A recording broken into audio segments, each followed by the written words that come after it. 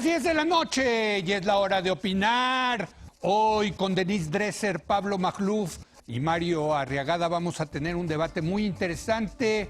Si México es o no una democracia y si estamos en riesgo o no de una regresión a un régimen autoritario.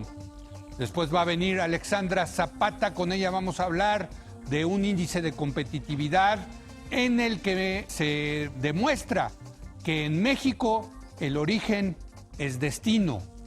Y más adelante con Raúl Feliz vamos a examinar cómo está la economía mexicana, qué podemos decir al respecto y también un análisis del plan de este acuerdo de infraestructura que se firmó ayer en Palacio Nacional con el sector privado. Así que quédese aquí en Foro TV, que ya comenzó la hora de opinar.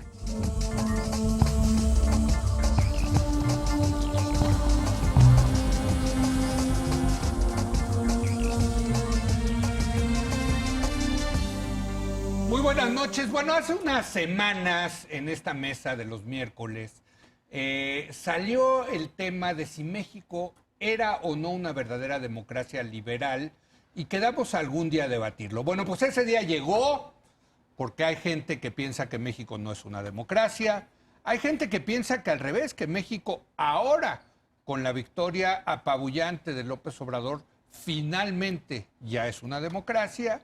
Y bueno, los primeros, los que piensan que sí era una democracia, también están preocupados de que vaya a haber una regresión autoritaria. En fin, ¿en dónde estamos en materia de democracia y autoritarismo en México? Ese es el tema que vamos a debatir el día de hoy con Denise Dresser. Denise, muy buenas noches. Hola, buenas noches. Pablo Magluf, buenas noches. Y Mario Arriagada. Mario, muy buenas noches. Leo, buenas noches. Bueno, vos sos la culpable de este tema, porque yo dije México es una democracia liberal y tú lo pusiste en duda, Denise. Absolutamente no. México nunca ha sido una democracia liberal en estricto sentido.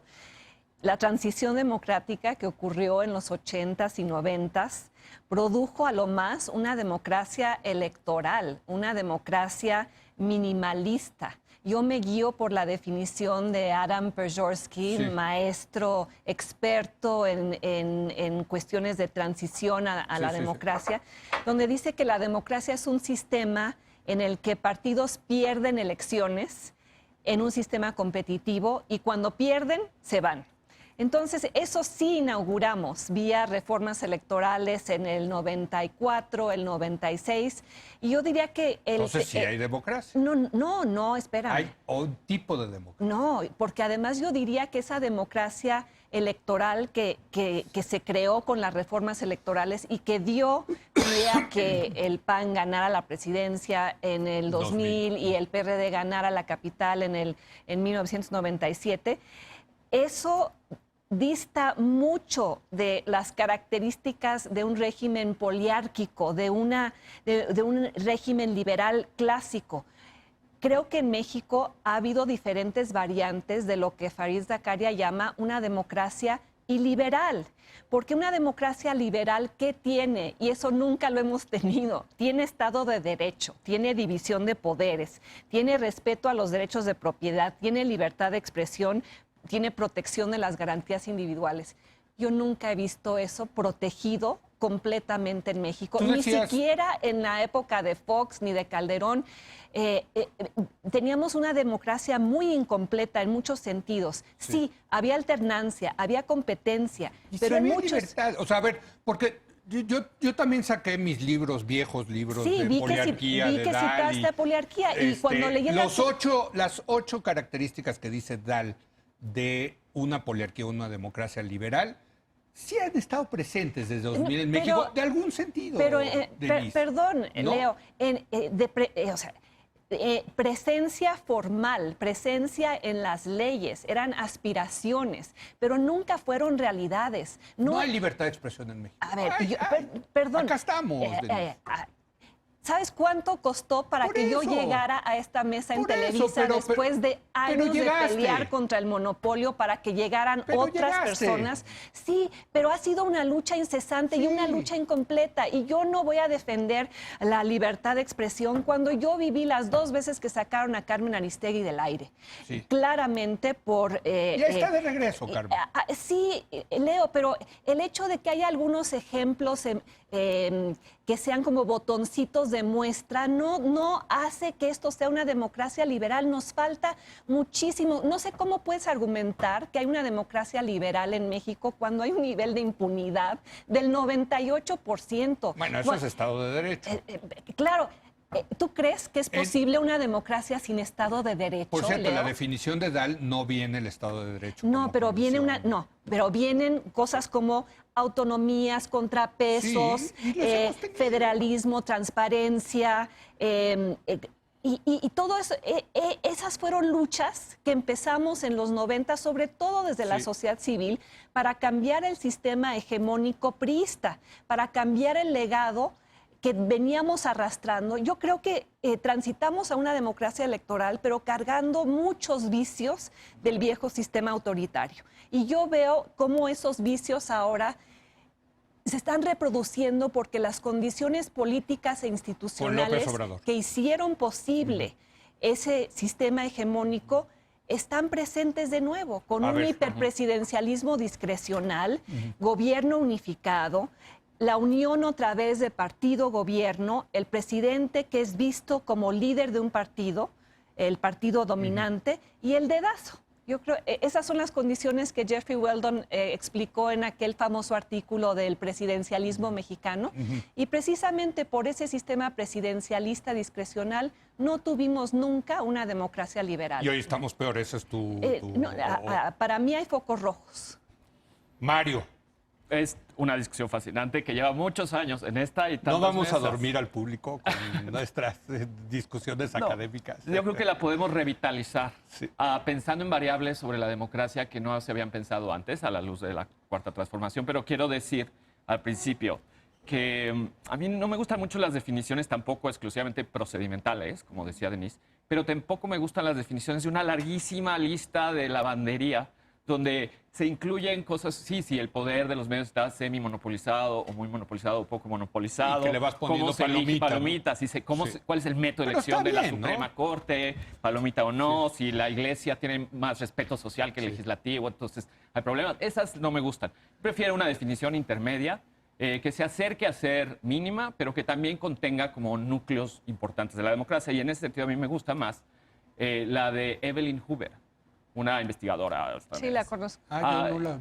Y su definición es una combinación de otras, pero el conjunto es el que me gusta, que dice la democracia comparada con formas autocráticas de gobierno realmente significa una dispersión más grande del poder político, en primer lugar, que se mueve hacia una sociedad donde existe más igualdad política y que lleva también a un esquema de un voto por cada persona en elecciones que hay incertidumbre en el resultado. Entonces tiene esos tres componentes. De acuerdo a esa definición, México sí sería una democracia. Yo creo que México sí es una democracia. No es la democracia que yo desearía, y mucho menos si me pongo a hacer una lista para Santa Claus. Y sí tengo mi lista para Santa Claus. Sí. Podemos entrar a ella, pero yo creo que si lo leemos así, creo que si acaso en México hay problemas que son asociadas a la calidad de nuestro Estado. Yo creo que es un Estado democrático, pero es un Estado débil, por lo tanto la democracia es débil.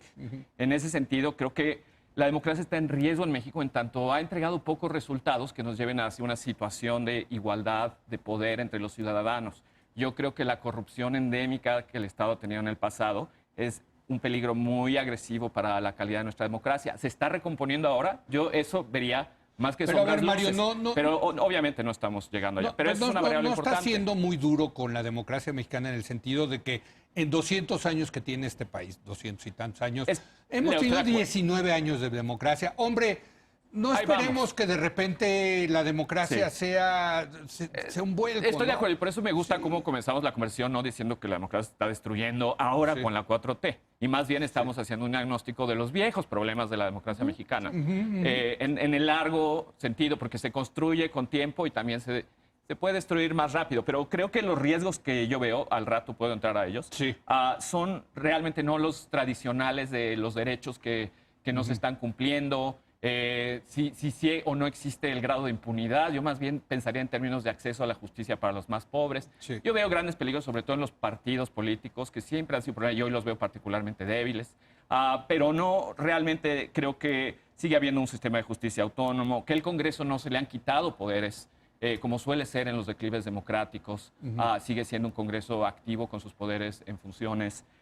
Creo que no veo claramente fortalecimiento de fueros y activación política de poderes fácticos autónomos como los ejércitos, los poderes económicos, los medios. Uy, aquí Denise empezó a incomodarse. No, pero no, bueno. no al punto de ya preocuparme por un quiebre democrático, para nada. No, yo, A ver, yo va no, Pablo, yo no hablo de quiebre democrático, sí hablo de procesos de desdemocratización. A O ver. sea, habíamos avanzado en numerosos rubros y ahora creo que hay peligro, sí, de retroceso institucional severo. A ver, Pablo, venga. Yo confirmaría lo que dices tú. En 200 años tuvimos apenas 21 de democracia. Entonces tenemos que partir de ahí. Entonces, para responder la pregunta, la ecuación realmente tendría que evaluar ambos lados, ambas variables. ¿Qué tan sólida es la democracia mexicana y qué tan autoritaria es la amenaza a la que se enfrenta? Pero tú partes de que sí hay democracia en México. Pues digamos es el periodo más democrático. Es Ok. que no hay democracias absolutas, Sí. ¿no? Entonces, además, esto es muy importante.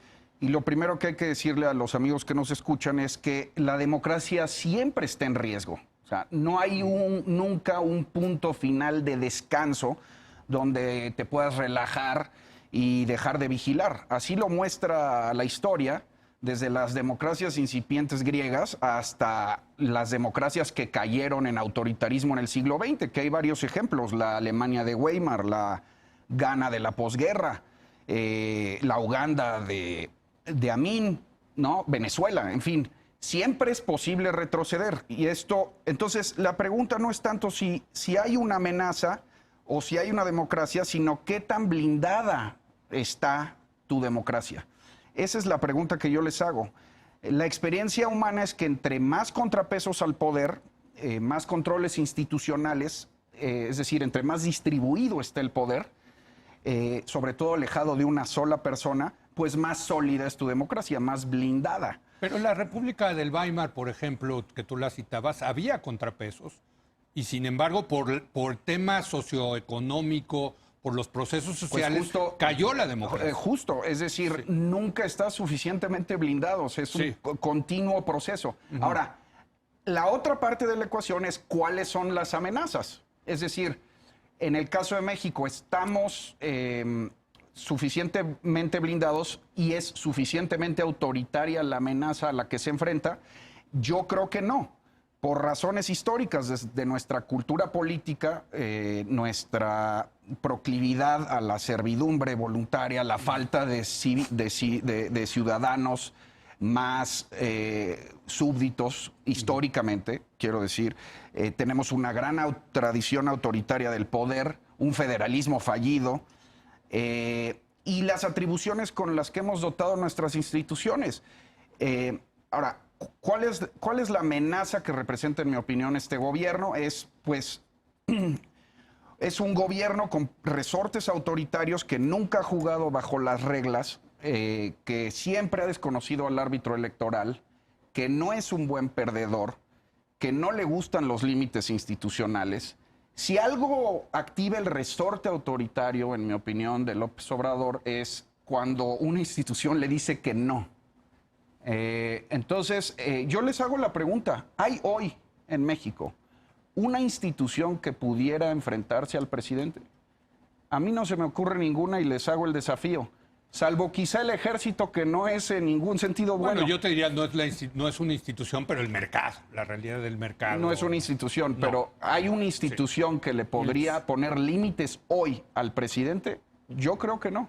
Pues el ejército, sí, ¿no? Como siempre. Pero a ver, es una buena pregunta, Denise.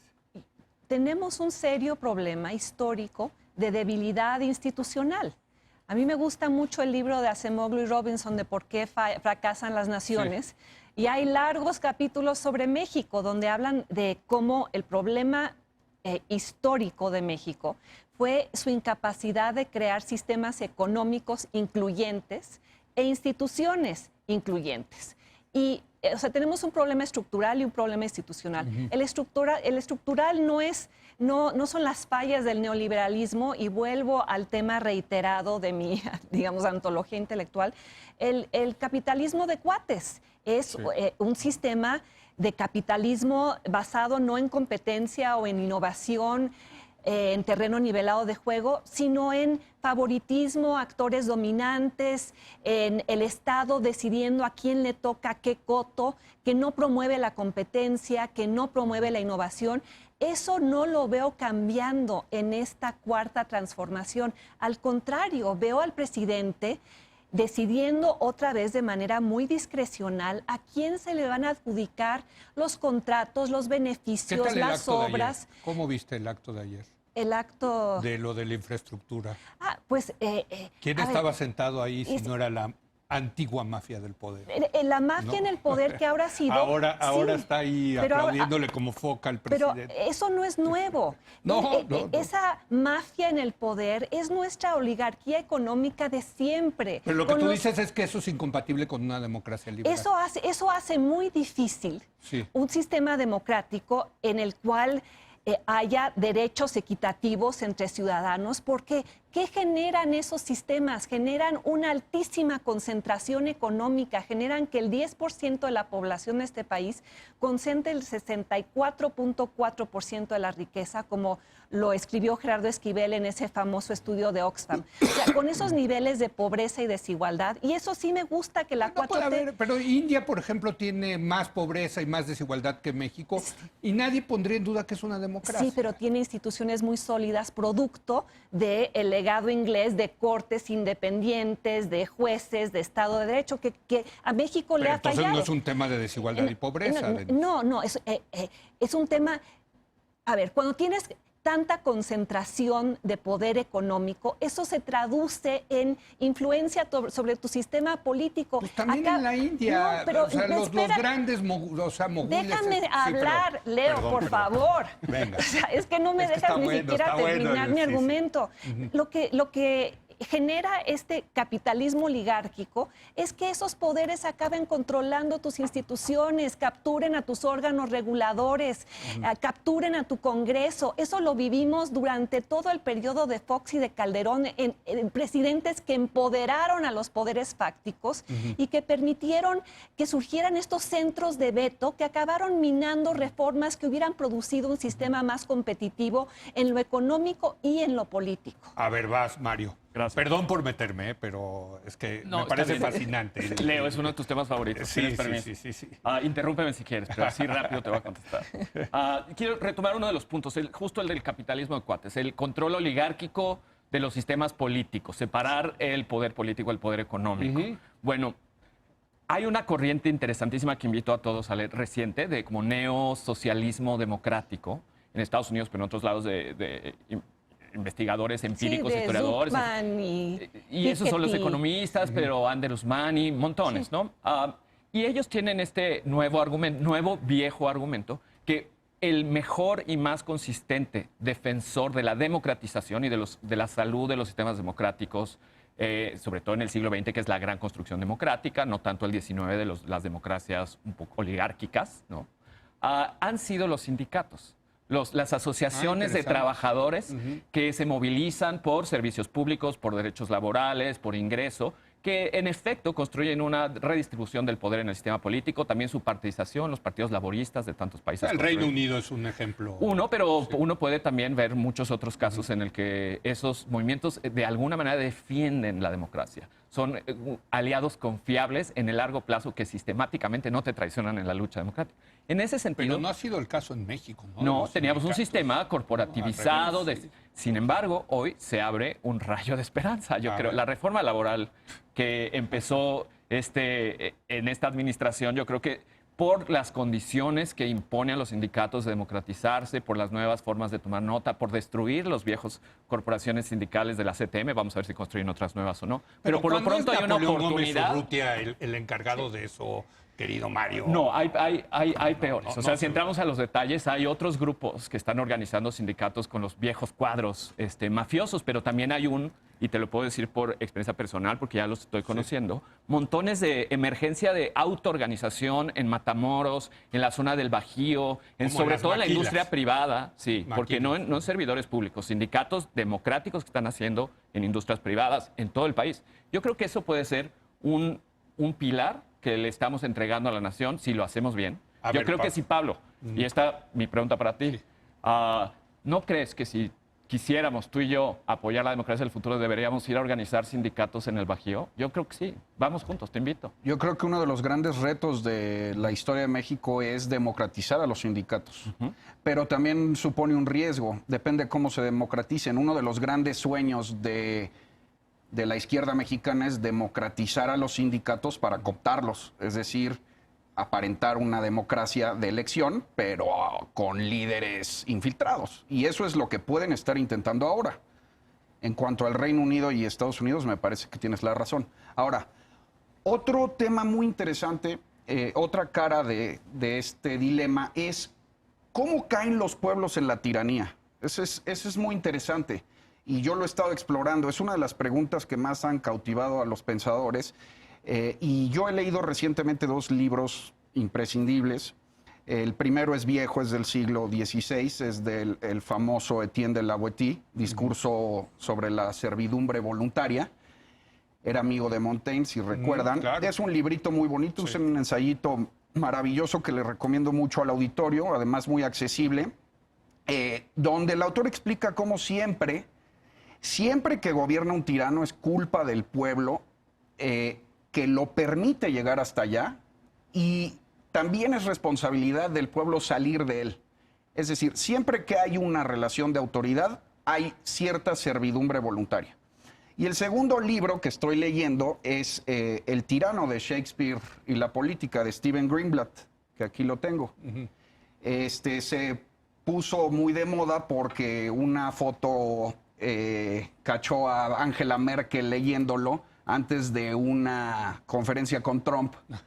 ¿Y está bueno? Está muy bueno, vale mucho la pena, porque Greenblatt, que es un estudioso de Shakespeare, se ha hecho un clavado a algunas de sus obras, claro. Principalmente Macbeth, Ricardo III y Enrique VI, para intentar descifrar cómo es que un pueblo puede descender a la opresión. Y bueno, hay un chorro de elementos, pero identifica algunos. Era uno de los temas que más apasionaba a Shakespeare. Para empezar, es una retórica demagógica de pueblo contra élites. Siempre hay ese elemento presente. Ahora sí que vamos a ponerle palomitas, ¿no? Sí, palomita. la lista, ¿no? El empleo quiero enlistarlos, el empleo de miedos y halagos y falsas promesas para agitar a las masas y utilizarlas como instrumento de la propia ambición política. Rechazo por las normas e instituciones. Cierto mesianismo o la promesa de recuperar tanto un pasado glorioso como un futuro promisorio. Y uno de los elementos que a mí más me gustan, que yo veo muy presente en México, ahorita se rieron cuando dije servidumbre voluntaria, pero yo lo veo presente en toda nuestra historia, en nuestra cultura política, es el tema de los facilitadores. Dice Shakespeare que los tiranos siempre tienen a hombres cómplices que los rodean, y que voluntaria o involuntariamente los ayudan a mantener la tiranía. Tontos útiles, ingenuos, cínicos y oportunistas, y desde los aplaudidores de tiempo completo. Bueno, perdón, pero ya se nos puso en rojo aquí el semáforo y tenemos que hacer una última ronda de conclusiones con la promesa de que tenemos que regresar a este tema. Yo no sé si usted está aburrido, yo estoy fascinado. A mí me encantan este tipo de debates. Un último comentario, Denise. Yo acabo de leer 2 libros, no los traje. El Sí. último de David Runciman, cómo termina la democracia, y el último de Przeworski, Crisis de la democracia. Y en función de estos libros llegué a la conclusión que quiero exponer hoy ¿a qué creo que nos estamos enfrentando en esta coyuntura? A un nuevo tipo de régimen híbrido, que retoma algunos elementos del sistema hegemónico priista, pero tiene otros rasgos diferentes y distintivos. No estoy viendo en esta cuarta transformación un esfuerzo de democratización, sino de desfiguración democrática. Creo que lo viejo vuelve con el poder muy centralizado en la figura presidencial, un presidencialismo muy discrecional, la unión nuevamente del partido gobierno con implicaciones presupuestales y de distribución de recursos muy importantes. Aunque está hecho pomada ese Pomada. partido, ¿eh? Sí. O sea, Ojalá Morena fuera el no PRI. lo puedes comparar con el PRI, pero para nada, no están pudiendo... No, Sí. pero el uso de las instituciones del Estado para fines partidistas, Sí, sin vía duda. los delegados de Sí, Morena, sí, por sí, sí. ejemplo. La colonización de las instituciones, que también se dio con la partidocracia, nada más Sí. que ahora son, pues, los colonizadores son todos morenistas, digamos. Creo que el debilitamiento muy claro de los contrapesos. Hoy la portada del Reforma dice, van tras el INE. Sí. Y Przeworski, si estuviera aquí, diría, le preguntaron hace poco, Sí. en una democracia, ¿cuál es la institución que más debes defender? Y dice, el órgano electoral autónomo. Y aquí con la manera en la que quieren recortar los periodos de los consejeros, quieren eliminar ese Creo contrapeso. que de hecho Jaworski dijo que el INE, o sea, lo Sí. llamó Exacto, a pero propósito de México. Dijo, Exactamente. a ver, cuiden mucho al Instituto Nacional Electoral, ¿no? a eso se refería. Sí. Y luego en este régimen, el Estado de Derecho, que nunca ha existido plenamente, se vuelve ahora lo que el presidente dice que es. Y con una oposición irrelevante y a la cual le va a costar cada vez más trabajo competir, porque con un INE que deja de ser autónomo, y no voy a defender la autonomía plena del INE, acabó en muchos momentos Sí, partidizado por la propia partidocracia, y lo nuevo que veo es el mantenimiento del neoliberalismo económico, el énfasis en la disciplina fiscal, el enfatizar la disciplina presupuestal, y lo nuevo también lo veo en el argumento de la legitimidad, que el PRI nunca tuvo. La legitimidad de los 30 billones de votos, la superioridad moral, el papel evangelizador y predicador del presidente que se erige como un líder espiritual y no solo como un presidente electo, y sí un proceso de desinstitucionalización, y esto es distinto del viejo régimen, con un Estado mucho más pequeño, minimalista, con un presidente que desconfía del Estado, pero confía en las virtudes y la bondad de su propio poder. Bueno, Mario. Yo creo que hay una serie de hombres de paja que repetimos constantemente, y eso no quiere decir que no haya cosas que en efecto me preocupan. Riesgos, los resumo muy rápido. Creo que en hombres de paja, la polarización, que es un argumento muy comentado, Sí. es un hombre de paja. La democracia Siempre polariza. saludable, siempre polariza, es parte Sí. de eso. Es más, el riesgo de tanta polarización, ahora yo creo que con redes sociales, con estrategias de Facebook a cada quien, como dice David Runciman, puede representar un peligro porque nos alebrestamos en la polarización constante por ganar adeptos, que obviamos, trivializamos lo que sí es importante. Entonces yo creo que sí hay un riesgo por ahí, pero no por la polarización en sí. La política de conflicto a lo mejor se nos había olvidado en el prismo. La donde todo era muy institucionalización del la conflicto. unidad. Le sacaba ronchas. Ronchas, y teníamos ahí sí un problema de Sí. cultura política. Oye, yo Correcto. creo que nos acercamos a una normalidad en ese Sí, sentido. Entonces, sí. ese es un hombre de paja, por ejemplo. Pero bueno, podría también hablar de otros, pero me voy a las cosas, sí quiero decir algunas cosas que me Pero rápido. prenden focos rojos. Muy Me sencillas. está Solo las matando dejo para... Iván en el Chicharito. Sí. Uno es los partidos políticos, lo dije al principio. Creo que están más débiles que nunca. El hecho de que el PAN ya no tenga una agenda autónoma de política pública que articule intereses tan cercano de Sí. grupos empresariales, lo veo eso problemático. Morena es un desastre, el PRI está desaparecido en su cooptación de élites, etc. Sí.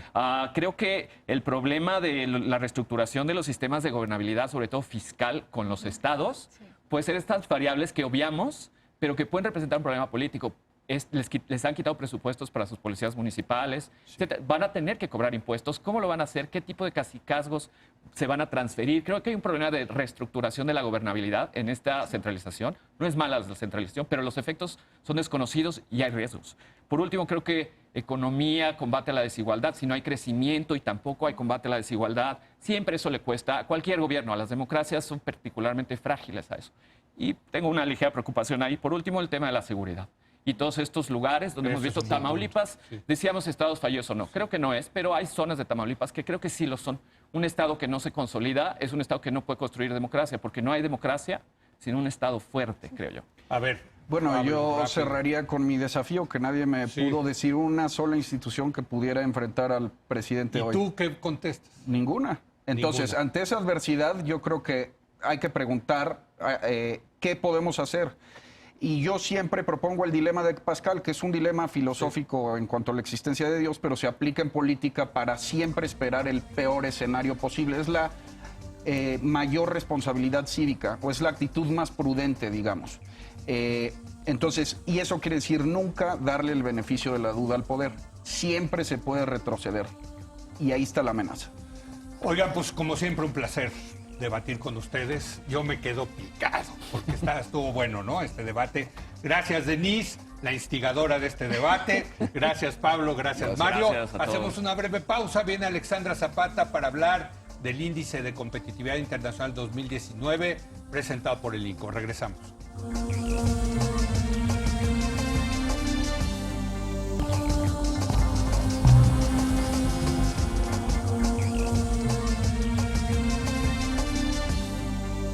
Bueno, tengo aquí conmigo un pequeño libro que ha sacado el Instituto Mexicano de la Competitividad que se llama México, Sueños sin Oportunidad y que tiene que ver con el Índice de Competitividad Internacional 2019. México, Sueños sin Oportunidad. ¿Por qué, Alejandra Zapata? Muy buenas noches, ¿cómo estás? Leo, muy buenas Directora noches. adjunta del IMCO. ¿Por qué México, Sueños sin Oportunidad? Como sabes, cada año publicamos índices de competitividad, comparando a México contra el mundo, comparando las diferentes entidades para tratar de entender dónde están las fortalezas y debilidades en la política pública. Lo que buscamos con esta presentación del índice que viene saliendito del horno es un enfoque en qué está pasando en la desigualdad en México y por qué eso nos resta tantos puntos de competitividad frente al mundo. Hablamos mucho y en el debate público está la discusión de la desigualdad de ingresos, pero se pierde en esa desigualdad todos los otros componentes de desigualdad estructural que no necesariamente están en la agenda pública. Y en la semana pasada que en este programa hablábamos de la desigualdad, tocamos algunos. Y en este índice lo que tratamos de hacer es entender exactamente qué está pasando. Contamos la historia de dos niñas que nacen el mismo día en dos entidades de la República distintos y que en gran medida sus destinos ya están determinados desde el momento en el que nacen. A ver, ¿cuáles son? Decimos nosotros origen. Ajá, es destino. Origen es destino, pero todavía peor, en México el origen secuestra tu destino. Una persona que nace en Nuevo León tiene una expectativa de vida similar a los países bálticos. Una persona que nace el mismo día en Chiapas tiene una expectativa de vida de países del norte de África. Así de dramática está la diferencia. Dos países. Dos países. En salud, la discriminación en la cobertura de salud en el sistema público es enorme. Hay derechohabientes y hay personas que no tienen cobertura de un servicio de salud. En el sur está mucho más acentuado ahí las oportunidades de que tengas cobertura e incluso teniendo cobertura, la calidad, Leo. Hemos hablado y nosotros mostramos cómo ha crecido en los últimos 14 años, ha crecido el presupuesto de los sistemas de salud en 14%, 19% en términos reales. El número de derechohabientes ha crecido 42%. Entonces atendemos 42% más y solo ha crecido 19% el presupuesto de salud. Ahora nos pasamos a educación y nuevamente la política pública acentúa las desigualdades. En la etapa crítica de 0 a 3 años, que es donde puede cerrar las brechas de desigualdad. Cada vez es más importante. Cada vez es, y a nivel internacional se muestra que ahí está la inversión que se tiene que hacer. La política pública está ampliando la brecha con la cancelación de las estancias infantiles. Entonces ahí empeoramos la situación. Entran a primaria estos niños y las escuelas en las zonas de mayor marginación en nuestro país son también las escuelas que no tienen infraestructura, que son multigrado, que no reciben capacitación y apoyo a los maestros. Entonces, la política está abriendo todavía más esas brechas. Y nos pasamos al sistema de justicia. Y ahí muchas veces hemos debatido lo injusto que es el sistema de justicia en México. Pero es mucho más injusto para las personas más pobres de este país, que no pueden pagar un abogado, que no pueden pagar fianzas y que entonces enfrentan su caso en la cárcel durante meses, cuando alguien con más recursos podría salir bajo fianza. El 70% de las personas reclusas hoy en México son personas que vivían en la pobreza, que están en la cárcel por un robo, que van a salir y que van a enfrentar la misma situación de falta de oportunidades en un México que no les va a dar una alternativa. Ahora, decíamos la semana pasada, y yo creo que con estos resultados se viene a comprobar que esto no se va a resolver con ayuda en efectivo, con los famosos programas sociales del gobierno actual, ¿no? Tienes toda la razón, Leo. Y no hay un solo país en el planeta que ha reducido las brechas de desigualdad en todos estos componentes estructurales con transferencias sin mejorar los servicios públicos de este país. Entonces, que son básicamente educación, salud y procuración de justicia. Digamos, básico, exactamente. Con que arregles esos tres sistemas, déjame ponértelo así, ¿Chiapas podría aspirar a ser como Nuevo León? Ojalá. Y yo creo que los chiapanecos se merecen eso. Sí. Se merecen un México en donde no importa en qué entidad nazcas, tengas la misma cantidad de oportunidades, porque para mucha gente en el sur del país no importa las ganas que le echen. Sí. La falta de oportunidades No hay está manera. ahí. Y regresando a este punto, tenemos que transitar más allá de pensar que estas transferencias monetarias que complementan el ingreso, uno, no son suficientes y dos, no resuelven todos estos componentes. Ahora, ayudan. Ayudan, pero déjame darte un ejemplo, Leo. Sí. La ayuda de estancias infantiles, la manera en la que se transformó el programa, se cancelan las estancias, ahora las familias reciben un pago bimestral que equivale a 800 pesos al mes. El 70% de las guarderías en todo este país, incluyendo en el sur, cobran más de 1,500 pesos al mes. Entonces, yo te doy 800, pero el servicio que te quité cuesta 1,500 o más. Y antes no. Y antes como lo proveía, estaba subsidiado. Y tiene que estar subsidiado un servicio así. Déjame darte otro ejemplo. La ayuda a los adultos mayores. Qué bueno que exista esa ayuda. Es fundamental.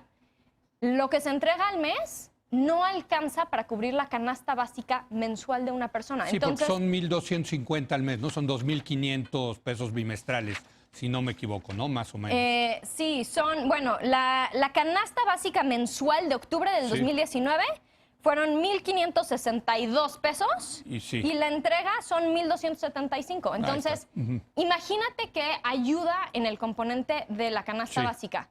Y lo si demás. no hay salud de esa persona mayor, si no hay un esquema de cuidado para las generaciones de abajo, si no hay flexibilidad para que la gente en su familia pueda ir a trabajar y alguien más los esté procurando de alguna manera, esta estructura se desploma. Ahora, Alexandra, a mí me gusta mucho la idea de decir, bueno, tenemos que resolver el tema educativo, el tema de salud y el tema de procuración de justicia.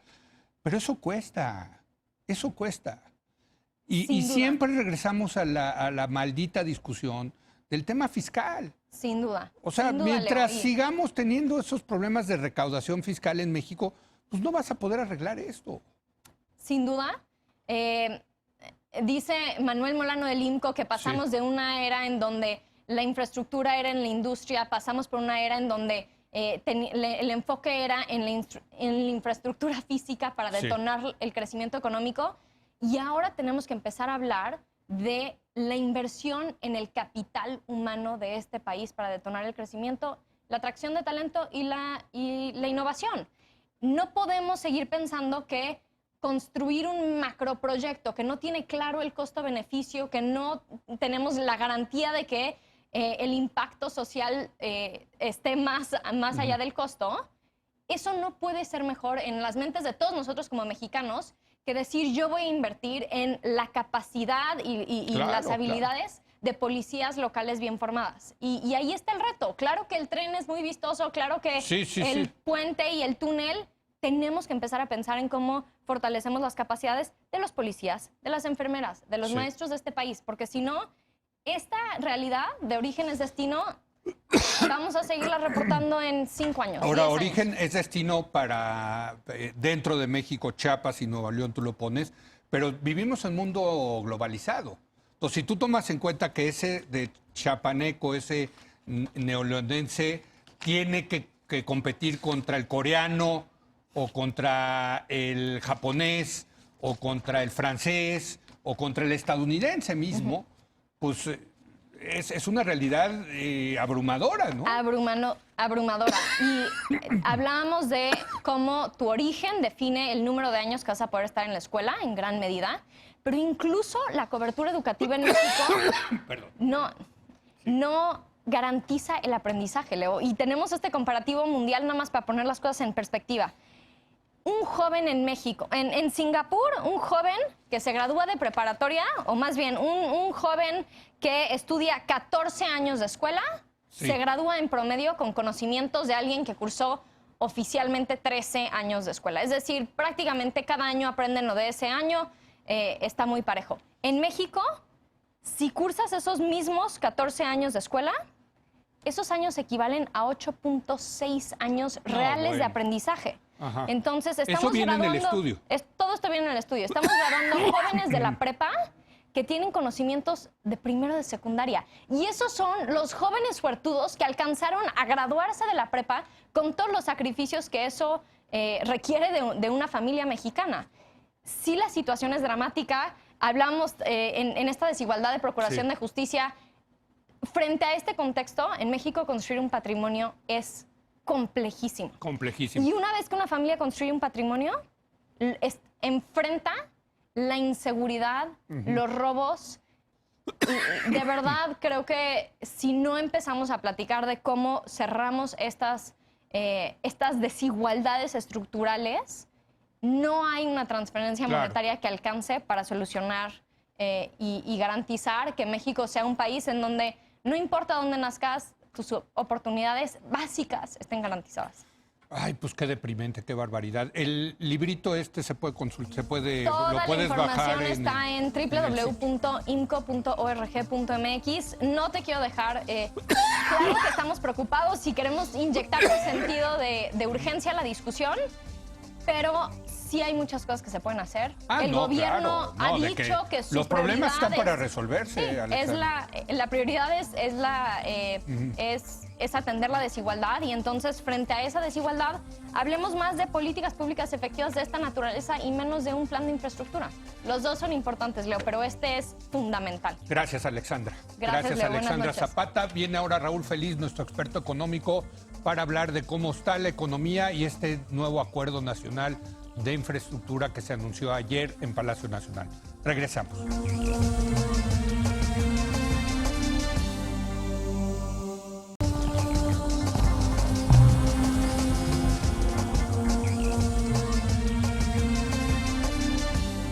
Bueno, para seguir con nuestro optimismo, invité hoy a nuestro experto en materia económica y financiera, a Raúl Feliz, para hablar de cómo está la economía y del acuerdo que se firmó ayer en Palacio Nacional en el tema de infraestructura. Raúl, ¿cómo estás? Muy buenas noches. Buenas noches, Leo. Pues a ver, documenta nuestro optimismo. ¿Cómo va la economía mexicana? Vamos con cero crecimiento. Cero, ¿verdad? O sea, sí Exactamente, cero. Sí, es como que le pusieron freno de mano a la Totalmente. economía en los últimos 9 meses, ¿no? De hecho, en los últimos 12 meses. 12 meses, Porque exacto. habría que incluir el cuarto trimestre de 2018. Así es. Si viéramos, el INEGI acaba de revisar las cifras. Sí. Y bueno, pues en realidad lo que hizo fue pequeñas variaciones, pero algunas cifras pasaron de ser ligeramente positivas a ligeramente negativas. Entonces, la economía en el cuarto trimestre tuvo un crecimiento menos 0.09. Ah, sí. Luego tuvimos un primer trimestre con un crecimiento de menos 0.07. Un segundo trimestre que se había dado como positivo, ahora sabemos que es negativo, Sí. y un tercer trimestre de este año, pero cuarto en hilo, en que el crecimiento es cero. Digo, y creo que sí resulta ocioso decir si fue una recesión, si como tú dices es una atonía, si es una debilidad, si es un estancamiento. Tema semántico. ¿verdad? Ya es semántico, Una ¿no? O sea, discusión. el tema es que la economía no va bien, pero tampoco es una crisis económica, ¿no? No. Como las que vimos en los años 80 y 90. No. Y Digo, incluso- para ponerlo en perspectiva, Sí, ¿no? y yo creo que el próximo año ya vamos a tener en el INEGI un comité para Sí. tratar de calificar si esto es una recesión o no una recesión. Sí. Para tratar de evitar que esto sea manejado políticamente. La realidad es esa, la economía se detuvo, la economía llega a finales de 2019 con muy poco momentum, Sí. Y pues todo parece indicar que vamos a tener un 2019 con crecimiento cero, todo el año. ¿Qué podemos esperar hacia adelante? Pues, 2020. 2020, pues yo creo que podríamos... Hay factores a favor. La economía mundial parece que va a evitar una recesión. Parece que vamos a tener un año o quizás 2 años más de expansión. Qué bueno, porque eso se va... Claro. ¿no? O Estamos sea, este haciendo tema de récords. la recesión se va pasando de año en año y qué bueno, Qué la bueno. verdad, ¿no? Espero que cuando llegue no sea muy fuerte. No, bueno, exacto, sí. Pero el 2020 se ha despejado bastante. Sí. De hecho, la mayoría de mis colegas a nivel internacional piensan que la economía se va a nivel mundial reacelerar en el 2020, Ah, sí, mira. que vamos a tener un pequeño repunte, suponiendo un acuerdo con China, que parece inminente.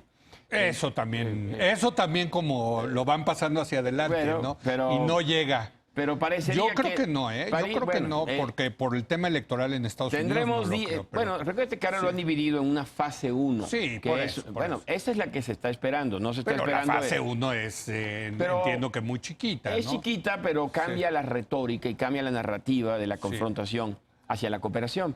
Y también están las acciones de los bancos centrales, que han bajado las tasas. Han bajado tasas prácticamente en todo el mundo.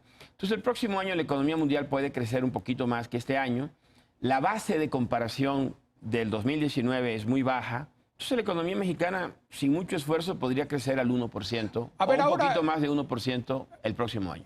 Déjame ir un poco más allá del crecimiento económico y decir que sí hay variables, porque el presidente dice yo tengo otros datos, pero quitando eso de que si tiene otros datos o no, yo creo que sí hay datos que hay que, digamos, no sé si aplaudir, pero sí destacar de la economía mexicana. Número 1, la inflación. Sí. La inflación ha bajado, está en 3%, está más baja que hace muchos años. Creo que eso es importante decirlo, ¿no? Muy importante, Sí. aunque no es un logro del actual gobierno. No es un logro del actual gobierno y en parte tiene que ver con la debilidad de la demanda, ¿no? También. En parte, correcto. Entonces, pero qué bueno que haya inflación baja. Así ¿no? es. Número 1. Número 2, el tipo de cambio se ha mantenido, ¿no? Sí, pero más que el nivel del tipo de cambio, nos mantenemos con un régimen de tipo de cambio flexible. Flexible, claro, pero en ese régimen de cambio Que flexible, muestra estabilidad. pues sí, o sea, llevamos ya pues prácticamente un par de años en que fluctúa entre 19 y 20 pesos, ¿no? Correcto. A veces va a 22 por una locura de... Pero regresa. Pero regresa, ¿no? Exacto. Y eso explica por qué la inflación ha convergido hacia la meta del Banco Central. Exacto. 3, este dato de la inversión extranjera directa creo que no es malo. Lo platicamos con Valeria Moy. Digan, tiene sus asegúnes que son reinversión de utilidades, etcétera. Pero no es malo el dato. No, pero siempre son reinversión de utilidades. Claro, O sea, no es exacto. una cosa nueva. Siempre Exacto, un gran exacto. porcentaje son reinversión de Pero utilidades. los extranjeros están más optimistas que los Pero mexicanos. yo creo que ¿no? aquí fíjate qué interesante, te voy a hacer un comentario sobre esto. Efectivamente, yo creo que México, como base de exportación de manufacturas, Sí, es y sigue siendo extraordinariamente competitivo. correcto. Y eso refleja la estabilidad de la inversión extranjera directa. Cerca de, fueron 26 mil millones de dólares en los primeros 9 meses y calculo que en todo el año andaremos por los 32 mil millones de dólares. Ahora, normalmente esos flujos de inversión extranjera directa financian el déficit de la cuenta corriente del país. ¿Qué quiere decir esto? Financian la adquisición de bienes de capital en el resto del mundo.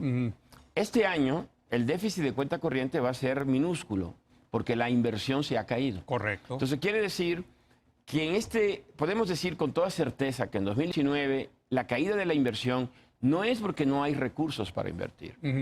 Es más bien por el aumento de la incertidumbre. La gente no quiere invertir. Y sobre todo, el choque de confianza es sobre los inversionistas nacionales. Sí. A los inversionistas internacionales esto no le ha afectado de forma significativa. Eso es lo que te decía, Pero- que los extranjeros, y tú y yo que tenemos conferencias y platicamos con inversionistas, los extranjeros en general siempre están más optimistas que México, pero ahora más. Pero además, no, ahora- ¿estás de acuerdo o sí, no? Sí, porque ven a México como un oasis de estabilidad política en Latinoamérica. Pues sí, imagínate. Imagínate, ¿no? Así es. Con estos conflictos emergentes Sí, ahora sí, en Colombia, Chile, Sí. la elección argentina, el mismo Brasil, Sí. para no hablar de Venezuela y Bolivia. No, bueno, sí, exacto. Entonces, México se ve como un oasis de estabilidad política y de, algo que no mencionaste, solvencia fiscal. Sí, Y algo también... Importantísimo, ¿eh? Exacto. Y algo que me gustaría decir y por lo cual pienso, yo soy el que me inscribo, que no hemos visto una recesión, es que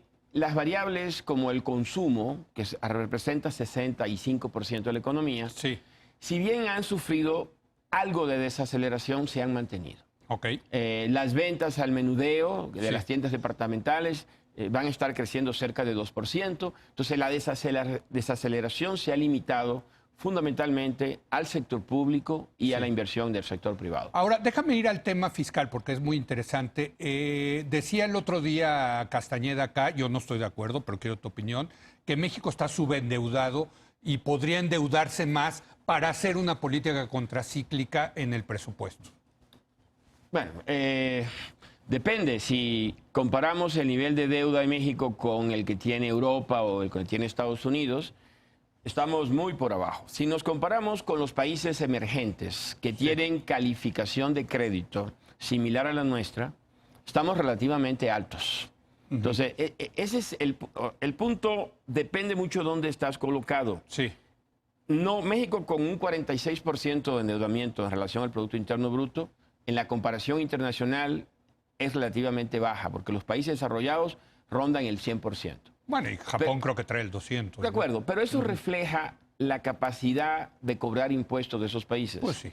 Y nosotros tenemos una base fiscal muy pequeña y un crecimiento potencial relativamente bajo. Y eso es lo que limita. Me parece a mí que no hay mucho espacio. No hay espacio. Yo En también este coincido momento, contigo. para- Y lo mejor ahorita para mantener la estabilidad macroeconómica es mantener esa disciplina fiscal. Yo creo que es correcto. O sea, México no tiene en este momento, y pienso que sería un grave error de esta administración, intentar ir a los mercados a crecer de forma significativa el déficit, porque lo pagaríamos en términos de un costo del capital mucho más alto. Más No solo alto. para el gobierno, sino también para el las sector empresas. privado. Me quedan 2 minutos, Raúl.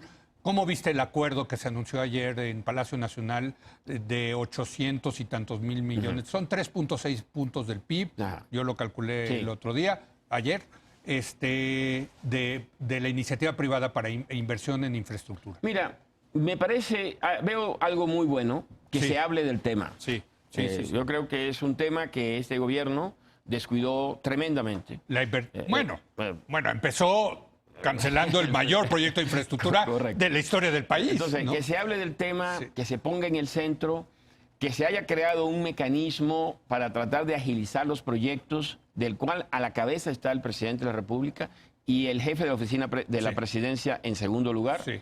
Eso me parece muy productivo, me parece que trata de reenfocar en un tema que el presidente olvidó. Sí. Sin embargo, el diablo está en los detalles. Entonces, la pregunta que me hago es, son 42 mil millones de dólares para los próximos 5 años Sí. de inversiones, que sería bueno que se dieran, pero ¿qué tanto de eso es nuevo? Me da la impresión que no mucho. Mucho de O eso... sea, ya estaban en el pipeline, digamos. Exacto, ya mucho estaban- de eso son inversiones que Sí. se hubiesen hecho de todas maneras. Sí. Y no me temo que aun si se hicieran, no van a modificar estructuralmente uno de nuestros principales limitantes del crecimiento, que es el bajo nivel de inversión. Tal vez corrijan la caída innecesaria de la inversión de 2019. Sí, sí, sí. Pero nos vamos a mantener quizás alrededor del 19-20%. O sea, del lo que tú Producto dices Inter- en el mejor de los casos, lo de ayer, va a permitir regresar, ¿A dónde estábamos? que era bajo, Da para crecer al famoso 2%. Bueno, al maldito 2%, que Exacto. hoy ya es el bendito 2%. Entonces, no veo en Sí. ese programa, y tal vez es injusto pedirle tanto, una guía que me haga pensar que ya vamos directo a un coeficiente de inversión de 25%, que es lo que se requiere para crecer al 4%. Entonces, en el mejor de los casos, estaríamos regresando a los niveles de inversión que deberíamos haber tenido si no se hubiese generado todo este ambiente de incertidumbre. Así es. Es decir, al final, pues, lo lamentable es que estamos regresando a donde estábamos, no estamos yendo hacia un nuevo punto. Y tiene que ver con esto de que yo escribo hoy que, pues sí, lo del aeropuerto sí fue el error de octubre, porque ahí, a partir de ahí, el gobierno de López Obrador ha tenido que remar a contracorriente Para reponer para lo que ya reponer. tenía. Exactamente. Es correcto. Así es. Gracias, mi querido Raúl. Por cierto, te vamos a invitar, ya estamos cocinando una mesa muy interesante para discutir el tema del fracaso, supuesto fracaso del neoliberalismo por el caso de Chile, Muy bien. que tú nos dijiste que tenemos que hacerla y Me está parece buenísima muy esa interesante mesa. y Así es. agregamos a Colombia ahora. Bueno, y a México, ¿no? ¿Eh? Pero ese es del neopopulismo, todavía no sabemos, ¿no? Gracias, mi querido Raúl. Feliz, gracias a usted. Muy buenas noches.